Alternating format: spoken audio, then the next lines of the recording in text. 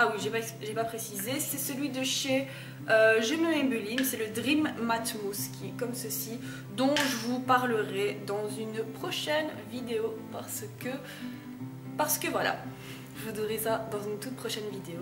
Donc j'applique et je viens l'appliquer donc avec un pinceau de chez Sigma et il n'y a quasi plus rien écrit dessus, c'est le F80. Donc voilà, j'applique tout ça.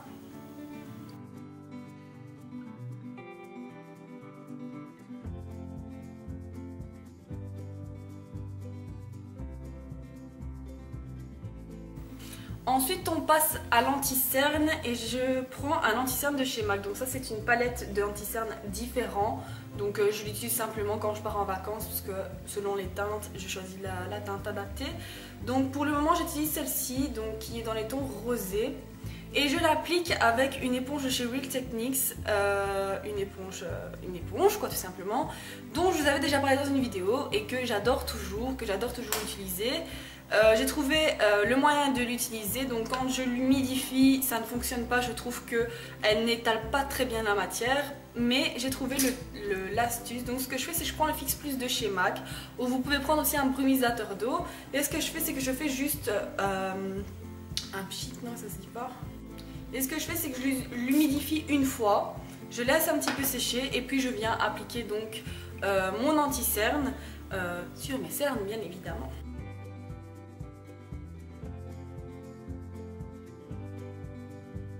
Vous pouvez voir que l'anti-cerne change le visage. La preuve en image. Et maintenant je me fais des petites rimes tout à fait normales. Ensuite pour faire tenir tout ça j'utilise une poudre. C'est la Baby Powder de chez L'Oréal, c'est une teinte très très claire.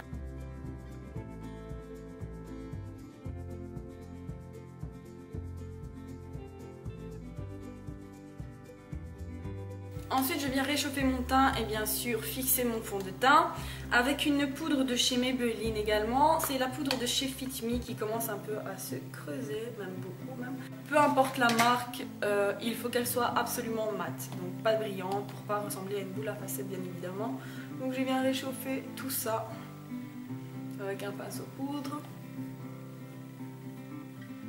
Bien sûr, il est inutile d'appliquer de la poudre là où on a mis l'anti-cerne, il faut garder cette zone assez claire. Donc ici on va s'occuper des yeux, je vais déjà appliquer une base parce que généralement quand on met des fards à paupières on met une base si on veut que ça tienne toute la journée.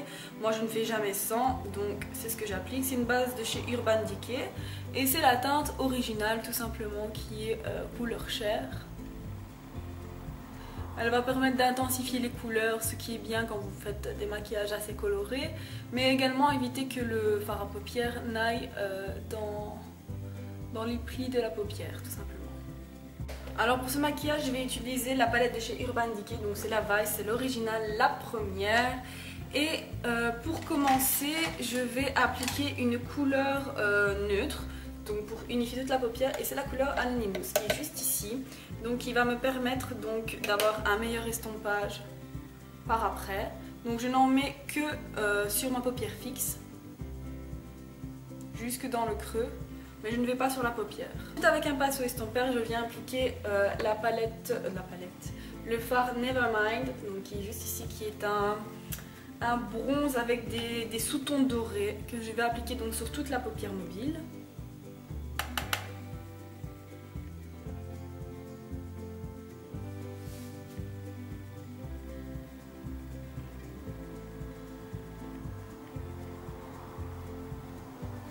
Ensuite avec un E25 de chez Sigma pinceau estompeur, je viens donc estomper les bords.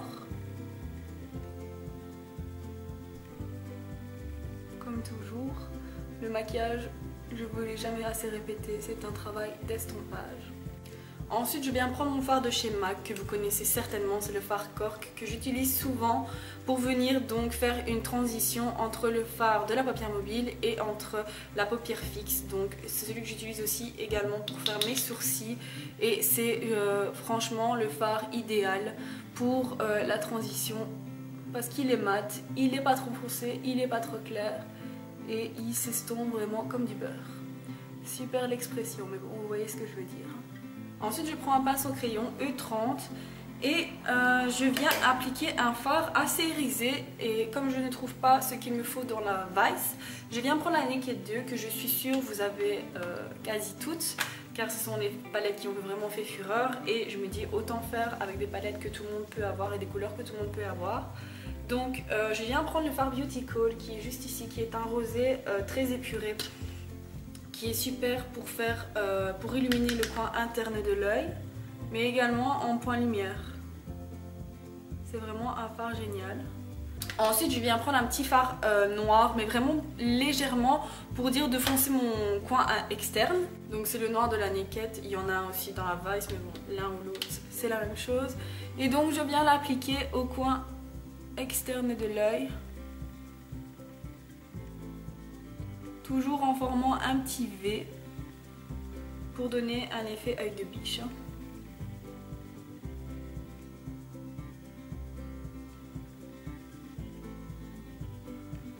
Et bien évidemment, on estompe.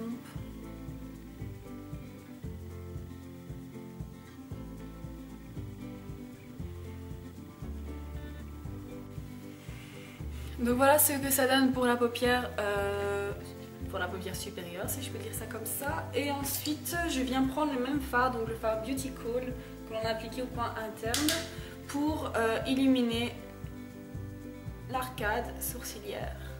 Ensuite, je viens prendre le marron de la fard, punaise, je m'en sortirai jamais, de la palette donc Vice, et qui est le fard Muse, qui est juste ici, pour terminer le maquillage. Donc moi, je vais appliquer mon mascara. Je vais donc recourber mes cils. Je prends celui de chez Kiko, c'est le Luxurious Lashes, qui est super bon. Il est vraiment pas cher, il coûte 7 €, mais c'est celui que j'ai trouvé qui fonctionnait, marchait, parce que ça marche pas. Oula, c'est trop marrant, mais c'est celui qui fonctionnait le mieux jusqu'à présent, parce que comme vous le savez, moi j'aime beaucoup utiliser le Dior Show Iconic de Dior, mais c'est 30 € le mascara. Voilà, le mascara est appliqué, donc maintenant on va passer au teint, on va faire le contouring. Donc pour ça j'utilise le contouring poudre de chez The Balm, donc c'est le Bahama Mama que vous connaissez certainement, je ne suis pas la seule à l'utiliser évidemment. Donc je l'applique avec un pinceau de chez Real Techniques qui est parfait, il a une forme parfaite pour le contouring. Et tout simplement je suis la courbe naturelle de mes joues. Donc là où il y a un petit creux en dessous de l'os, et je viens donc tracer. Je viens ensuite appliquer mon blush. Donc j'ai choisi un blush dans les tons chauds, comme je vais faire un maquillage dans les tons chauds assez bronze. Donc j'ai choisi un abricot de chez Chanel, il s'appelle Frivole, donc c'est la référence 76. Et je l'applique donc avec un pinceau blush et hop sur les pommettes.